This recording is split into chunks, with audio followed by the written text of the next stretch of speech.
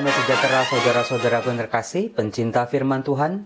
Berjumpa kembali dengan Bible Learning with Father Joseph. Saudara-saudaraku yang terkasih, apa kabarnya? Saya harap Anda semua dalam keadaan baik. Yang sakit memperoleh jamahan kasih Tuhan. Yang rezekinya macet dibukakan kembali pintu-pintu rezeki itu oleh Sang Maha Kasih. Sehingga hidup kita meskipun sedang ada dalam goncangan karena wabah virus corona, banyak orang-orang di PHK, tetapi firman Tuhan tetap terus menjadi kekuatan yang bisa kita andalkan. Saudara-saudara, dalam video kali ini, saya akan memperkenalkan penulis Injil Matius. Apa yang menjadi karakter dari penulis Injil Matius? Siapa dia dan juga bagaimana dia mewartakan kabar sukacita Yesus Kristus kepada orang-orang di sekitarnya, termasuk juga kepada kita. Saudara-saudara, kalau saya sebagai pengajar kitab suci ditanya, Romo, penulis Injil yang mana yang paling favorit buat Romo Yosef? Saya akan menjawab dengan terang-terangan, yaitu Injil Matius, Markus, Lukas, dan Yohanes. Karena bagi saya, setiap Injil itu mempunyai kekasan dan keistimewaannya sendiri-sendiri. Mereka memberikan sudut pandang yang berbeda-beda terhadap pribadi Kristus yang memukau, yang sangat menyentuh hidup orang beriman. Dan oleh para penulis Injil ini, mereka menggali pengalaman yang diimani oleh gereja saat itu, lalu menuliskannya dalam sebuah kitab yang ada di tangan kita sampai sekarang ini. Jadi, keempat Injil ini kalau kita baca bersama-sama, kita akan menemukan gambaran, pewartaan, pengalaman iman yang utuh tentang orang-orang yang percaya pada Kristus, yang memperoleh kasih karunia yang begitu besar, yang hidupnya diubah oleh Sang Maha Kasih ini. Mari kita bahas tentang Injil Matius. Ada beberapa keistimewaan yang bisa saya sebut terhadap Injil Matius ini. Yang pertama, Injil ini dijadikan sebagai Injil pembuka dari Perjanjian Baru. Dari Injil Matius bab 1 saja, kita sudah bisa melihat bagaimana si penulis Injil Matius memaparkan silsilah Yesus Kristus. Dari Abraham sampai Yesus Kristus. Dikatakan di ayat 17.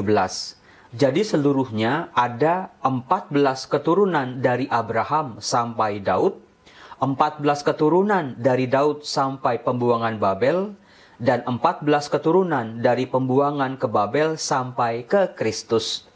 Saudara-saudara, angka 14 adalah angka istimewa bagi orang-orang Israel pada waktu itu. Mengapa? Karena kelipatan 7. Nah, Injil Matius menggambarkan siapa pribadi Yesus Kristus yang memukau banyak orang pada waktu itu. Dengan pribadinya, dengan mukjizatnya, dengan pengajarannya, bahkan sampai sengsara, wafat, dan kebangkitannya. Dari sini, Injil Matius membuktikan bahwa Yesus Kristus sungguh-sungguh pemenuhan janji Allah dari Abraham dan keturunannya, sampai ke Daud dan keturunannya, sampai ke pembuangan di Babel dan seluruh orang-orang Israel setelah pembuangan. Bahwa Yesus Kristuslah memang kepenuhan dari janji Allah. Dari daftar silsilah panjang ini, Injil Matius mau mengatakan bahwa seluruh penolakan yang dilakukan oleh orang-orang Yahudi pada waktu itu terhadap pribadi Yesus sungguh tidak beralasan.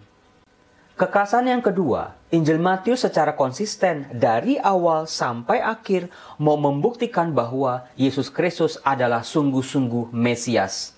Hal itu bisa kita lihat dari bagaimana Injil Matius menyebut gelar-gelar Yesus Kristus sebagai anak Daud. Misalnya bisa kita lihat dari Matius bab 1 ayat 1. Dikatakan, inilah silsilah Yesus Kristus anak Daud, anak Abraham.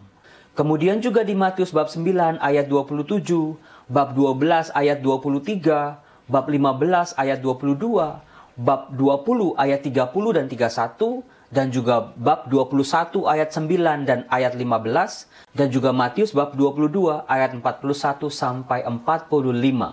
Di bagian-bagian itu, Injil Matius menyebut secara konsisten bahwa Yesus Kristus pribadi luar biasa dari Nazaret sungguh-sungguh adalah kepenuhan janji Allah yang pernah dikatakan Allah kepada Daud.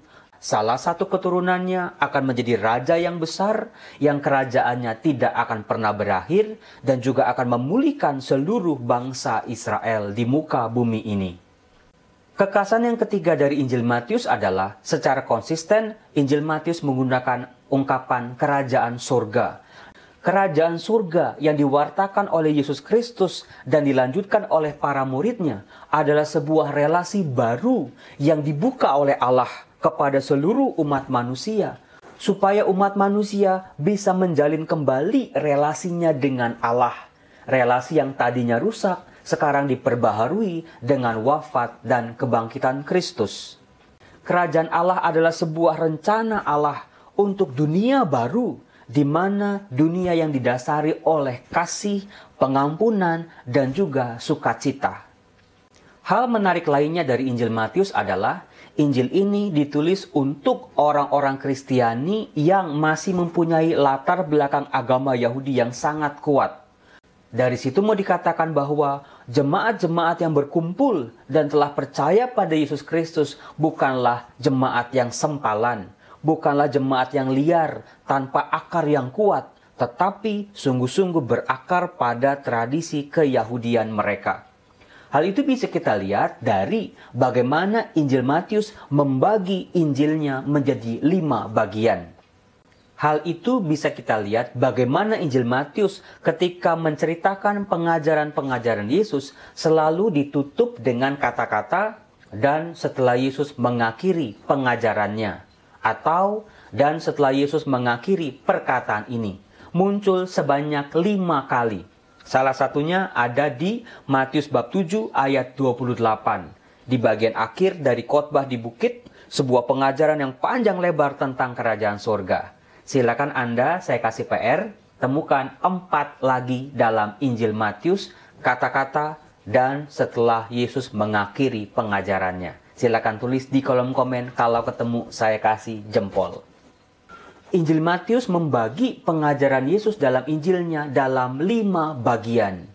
Kata 5 mengingatkan kita kepada 5 kitab Taurat, Kejadian, Keluaran, Imamat, Bilangan, dan Ulangan.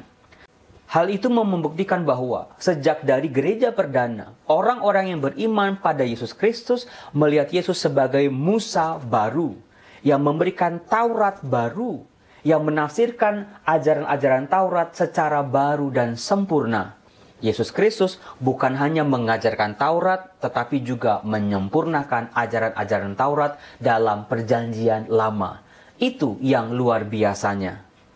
Hal istimewa yang juga bisa kita lihat dalam Injil Matius adalah, Injil Matius ini menceritakan pengalaman pribadinya secara konkret dan begitu hidup, bagaimana dia dipanggil oleh Tuhan Yesus. Hal itu bisa kita lihat dalam Injil Matius bab 9 ayat 9 sampai 13 dengan judul Matius Pemungut Cukai Mengikuti Yesus. Dari kisah ini kita bisa melihat bahwa Matius bukan hanya seorang penulis Injil atau pengarang Injil, tetapi dia adalah pribadi yang dalam perjalanan hidupnya disentuh oleh Tuhan Yesus. Dia awalnya hanyalah seorang pemungut cukai, tetapi pada suatu ketika dia bertemu dan mendengar Tuhan Yesus berkata kepada dia, "Ikutlah aku." Mulai sejak saat itu, dia meninggalkan segala-galanya dan dia menjadi manusia baru. Saudara-saudara, dari Matius si pemungut cukai ini, kita bisa belajar banyak hal, yaitu berani meninggalkan masa lalu kita yang kelam dan menjadi manusia baru di dalam Tuhan. Tidak lagi menoleh-menoleh ke belakang, tidak lagi kumat-kumatan dalam bertobat, tetapi betul-betul konsisten dalam pertobatan, dari seorang berdosa bertransformasi secara sempurna dan digunakan oleh Tuhan menjadi alatnya dalam mewartakan kabar gembira kerajaan surga kepada seluruh dunia dan kepada segala makhluk. Salam damai sejahtera saudara-saudara, Tuhan Yesus memberkati.